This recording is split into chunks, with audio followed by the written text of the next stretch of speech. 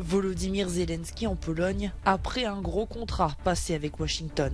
Depuis cet accord, le Kremlin voit rouge.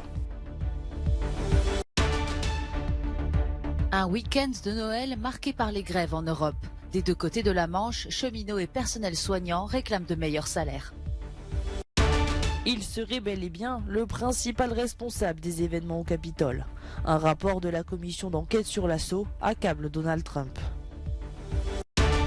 La France annonce le lancement d'un plan de vaccination contre la grippe aviaire à l'automne 2023. En un peu moins d'une année, 50 millions d'oiseaux ont déjà été abattus en Europe. Une accolade chaleureuse et symbolique. De retour des États-Unis, Volodymyr Zelensky a rendu visite à son homologue polonais. Il remercie Andrzej Duda de l'aide apportée depuis le début de la guerre. Le président ukrainien est revenu de Washington avec un gros contrat. Nous revenons de Washington avec de bons résultats, avec quelque chose qui va vraiment nous aider. Quand on dit patriote, en Ukraine et aux États-Unis, on veut dire aussi la protection de l'État et du peuple. Ce problème a été résolu pour l'Ukraine. Il y aura aussi des aides financières et d'autres accords dont nous reparlerons plus tard. Depuis cette visite, le Kremlin voit rouge. Pour Vladimir Poutine, la présence de Volodymyr Zelensky à Washington montre seulement une volonté de ne pas écouter la Russie.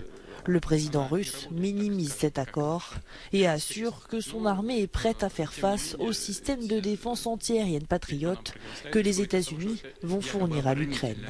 Tout au long de son discours, il a loué les mérites de ses propres armes. Le chef du Kremlin a ajouté qu'il existe toujours un antidote face à un système qu'il qualifie de vétuste. Pour lui, la livraison de patriotes est vaine et cherche seulement à prolonger le conflit. Vladimir Poutine s'est engagé cette semaine à doter son armée de tous les moyens nécessaires pour poursuivre ce qu'il qualifie depuis le mois de février d'opération spéciale.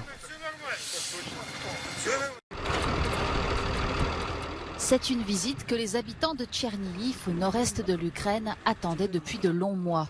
Des électriciens venus réparer les lignes des pylônes électriques abîmées par les bombardements russes de mars dernier. Nous avons de nouveaux fils et quelques restes. Nous reconstruisons la ligne car elle est très endommagée. L'électricité n'est pas quelque chose que l'on met dans un panier et que l'on ramène à la maison. Elle est produite et immédiatement consommée. Maintenant, malheureusement, les conditions ne sont pas faciles, mais nous faisons tout pour que tout revienne à la normale, ou du moins comme avant.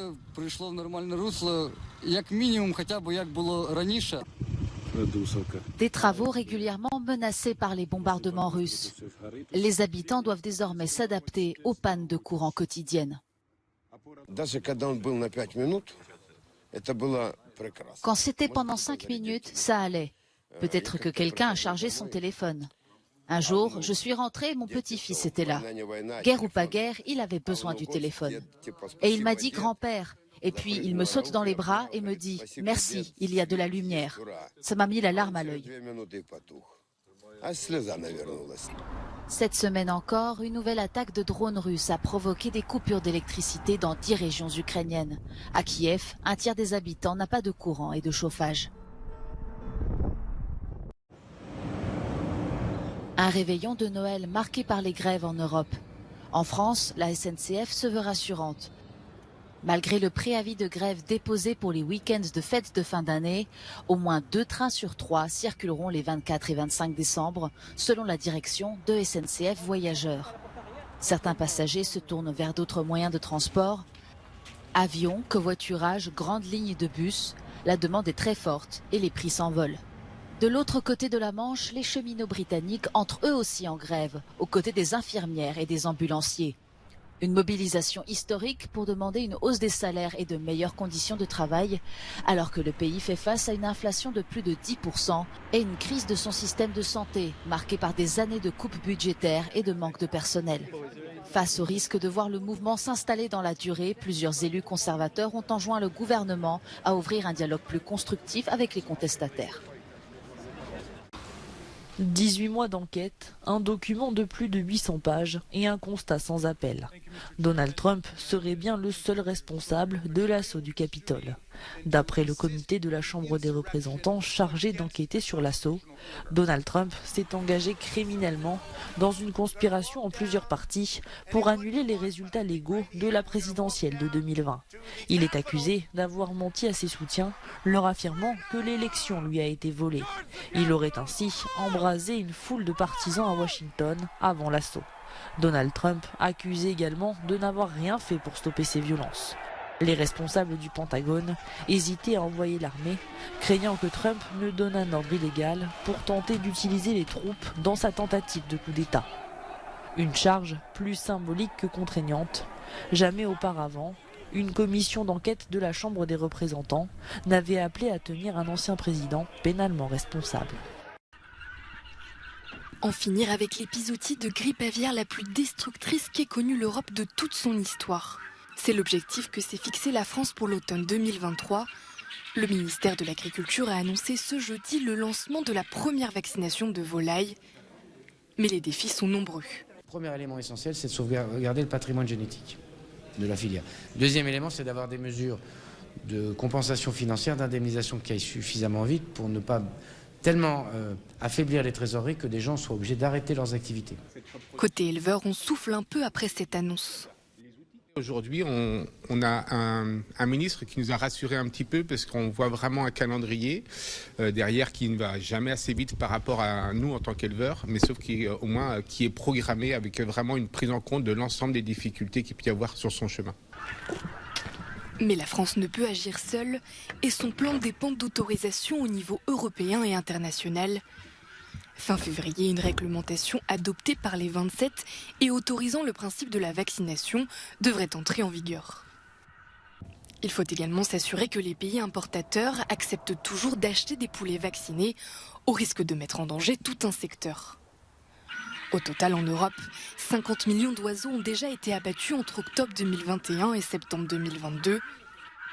Les autorités insistent sur la nécessité de repenser l'élevage de demain. Inculpé dans le scandale de corruption avec le Qatar, l'eurodéputé grec Eva Kaili va rester en prison. La justice belge a refusé sa demande de placement sous bracelet électronique et a prolongé d'1 mois sa détention préventive. Déchue il y a 10 jours de sa fonction de vice-présidente du Parlement européen, elle est accusée d'avoir reçu de l'argent du Qatar pour influencer ses décisions politiques. L'élu interpellé le 9 décembre dernier clame son innocence dans cette affaire qui a fortement ébranlé l'institution européenne. 3 autres suspects restent incarcérés, dont son compagnon Francesco Giorgi et l'ex-eurodéputé Pier-Antonio Panzeri. En Belgique, l'enquête dirigée par le juge financier Michel Claes a donné lieu à une vingtaine de perquisitions, y compris dans les locaux du Parlement européen à Bruxelles. 150 000 € en liquide ont notamment été saisis au domicile d'Eva Kaili. Le père de cette dernière a lui été surpris avec une valise contenant 750 000 € en espèces.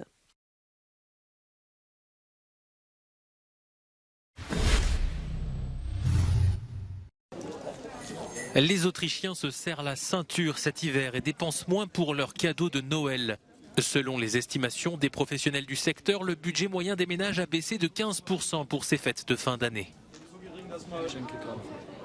Comme tout est devenu plus cher, j'achète des petits cadeaux cette année, dit cette femme. Ces factures ont plus que doublé au cours des derniers mois. Originaire d'Ukraine, cette mère de 6 enfants bénéficie du soutien d'une ONG qui vient en aide aux ménages frappés par l'inflation. Les parents isolés, principalement les femmes, sont particulièrement touchés. Il y a aussi ceux qui ont peu de revenus, parmi lesquels, bien sûr, de nombreux migrants qui ont souvent des emplois moins rémunérés.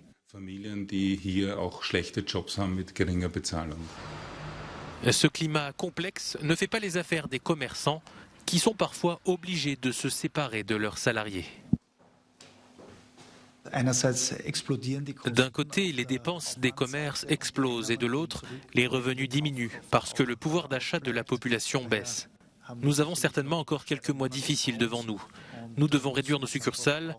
Environ 1/3 des commerçants vont réduire leur masse salariale. Afin de soulager la population, le gouvernement autrichien a dépensé des milliards en mesures anti-inflation. Toutefois, les économistes critiquent le fait que l'argent n'a pas été distribué de manière ciblée. Les hauts revenus en profiteraient même plus que les bas revenus. Johannes Blechberger, Euronews, Wien.